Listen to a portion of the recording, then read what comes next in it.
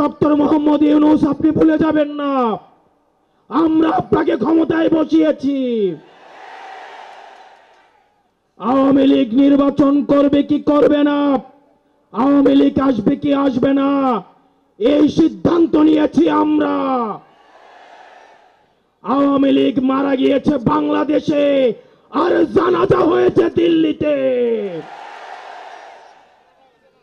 আমার ভাই আবরার এবং শহীদ আবু আলিফের রক্তের উপরে পাড়া দিয়ে এই আওয়ামী লীগ বাংলাদেশে আসবে না।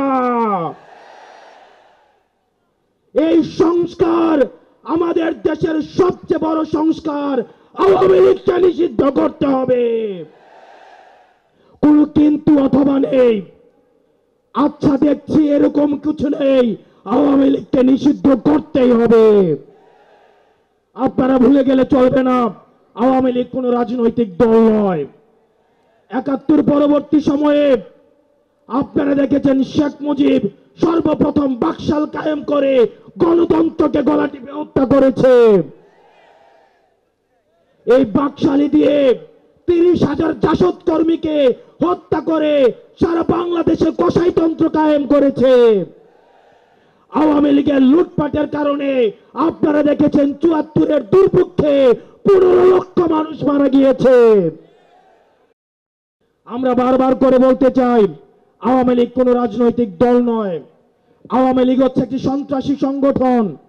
এই সন্ত্রাসী সংগঠনকে নিষিদ্ধ করার মধ্য দিয়েই আমরা সংস্কার দেখতে চাই।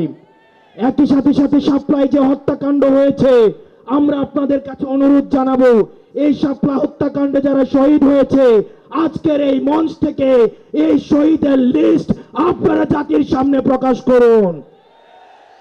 একই সাথে সাথে হাসিনার এই ফাঁসি না হওয়া পর্যন্ত প্রয়োজন হলে আমাদের শেষ রক্তবিন্দু দিয়ে এই তরুণ প্রজন্ম আমরা হাসিনার ফাঁসি নিশ্চিত করা পর্যন্ত আমরা আন্দোলন চালিয়ে যাব।